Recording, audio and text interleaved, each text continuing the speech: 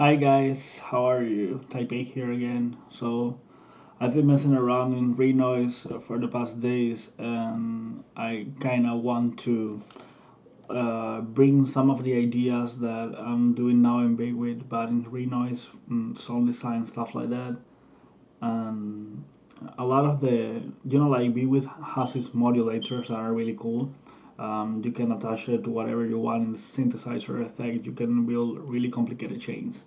And in Renoise, you have the meta devices, which are not as like they don't allow for that much freedom in a way, but you can still do a lot of stuff with them.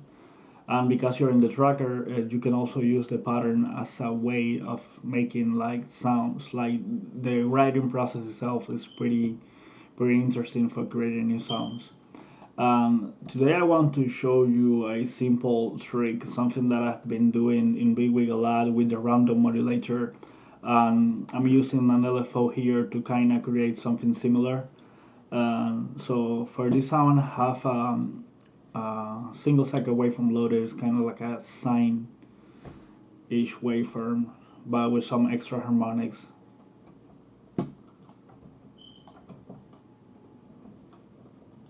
And I want something like this, and so let me add an envelope to make like a synth sound.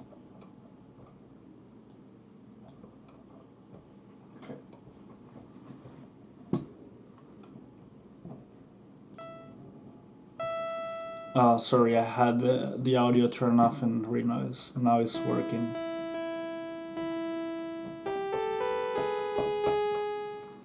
Yeah, so the main trick is to let's make a new effect change. Let me load a filter.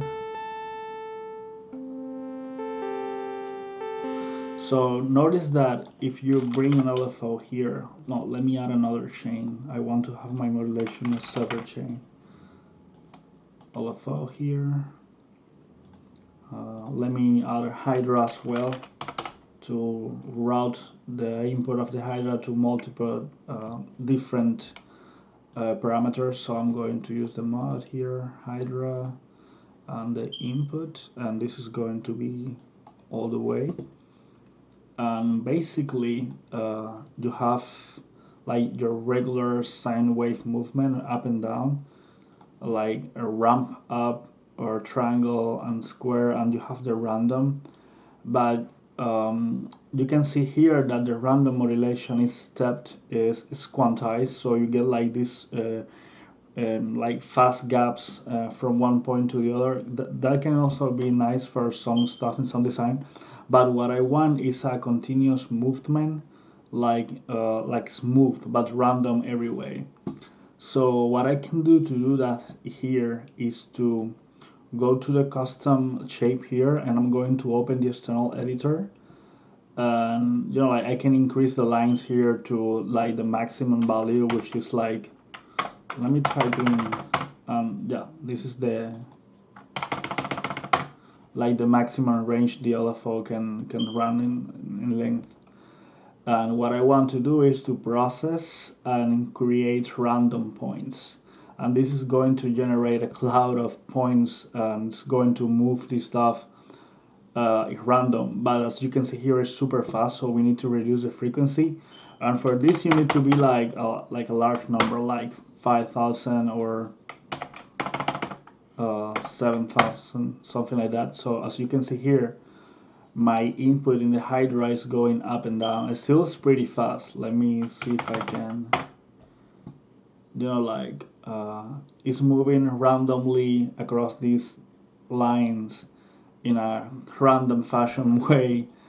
Now I can run this hydra to multiple parameters inside my patch, and I can mess around with the minimum and maximum settings for the parameters, so it's not so jarring and like broad. Yeah, so basically now I want to route this dry to the filter cutoff, and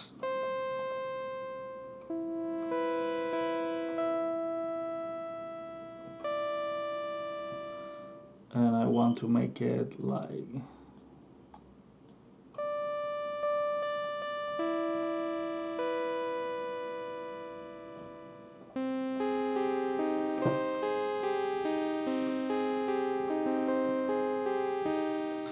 As you can see here, we have this kind of like synth with a filter always going in different directions. A lot of the stuff, a lot of time you want to have this kind of slow modulation. Let me try to make this slower. Yeah. And now I can use similar approach to a chorus, for instance, like have my drop wet, mess around with a hydra, same modulation, like here, dry, chorus,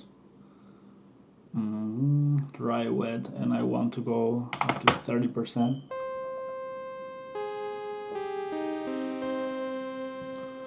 Now let me add an exciter here. Let me wet chain, so I'm going to add a reverb here, the MP reverb, one of my favorites, and I didn't send because I'm going to keep the same source.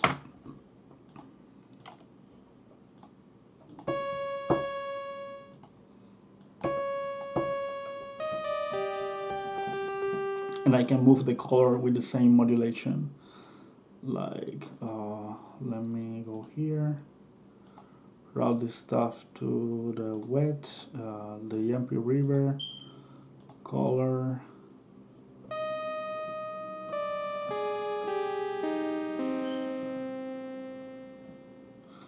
Now I can bring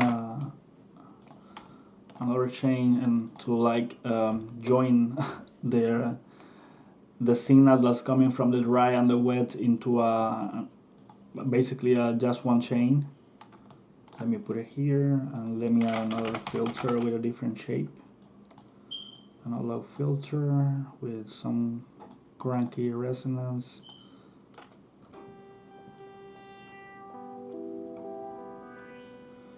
And let me use the hydra again. All analog filter, cutoff.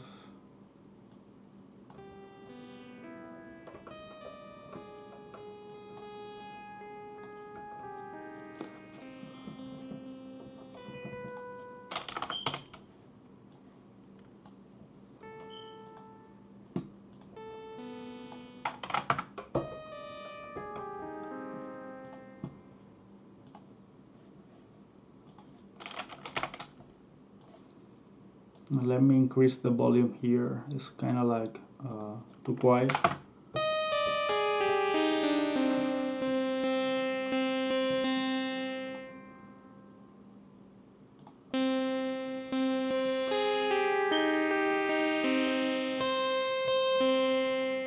And I want to add a delay as well.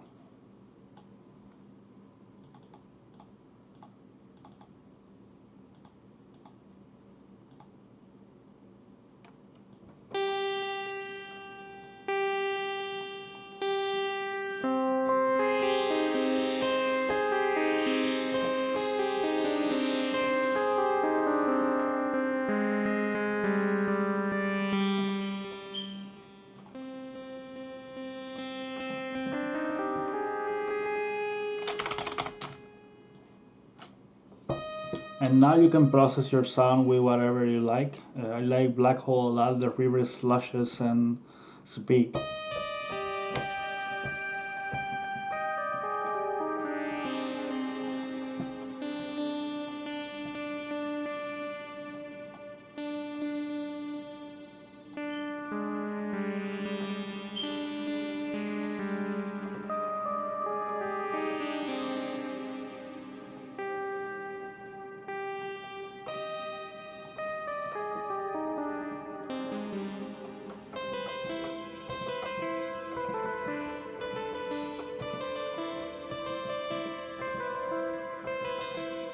Yeah, so this is basically the trick. And what you can do is to create another chain like mod 2 and have an LFO with hydra, but mess around, because if you come here to the editor again and you click a process create random points, it's going to generate a different cloud of points. and it's going to add variation to the modulation. And this is all messing around with the concept that even if you have simple parameters like sawtooth and filter, like basic envelope, stuff like that, if you add a small variation into every parameter, you can, like, the sound is going to be richer. It necessarily doesn't mean that it's going to be a greater sound, but it's going to be richer and different. And that if you were playing like your regular envelope with fixed parameters, and it doesn't change that much. If you introduce this tiny modulation in each parameter, like for instance in the chorus here, we can be moving all of this stuff with hydras like rate, depth, and it's going to change the sound over time. And because the LFO doesn't retrigger with the keys we press, is always going up and down. Yeah, it's basically morphing all the way in the track. And maybe you do want that for pad sounds, synth sounds, maybe some leads to introduce like movement that doesn't retrigger with the keys you press. And the other trick and final is that after you have something going on like this, if you just want to get a different sound, you can just simply add a different sample and crop it to a single cycle waveform, loop it, and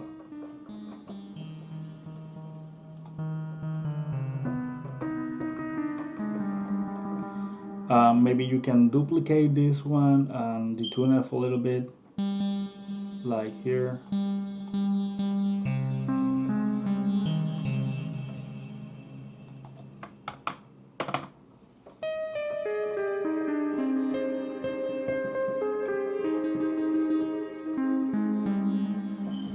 Yeah, and it's a really interesting sound, I guess. Let me load another exciter here.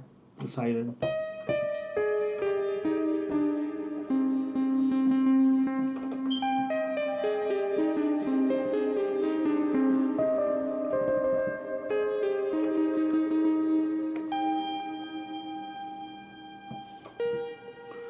And if you mess around with the envelope, you can turn it into something different, like a pad.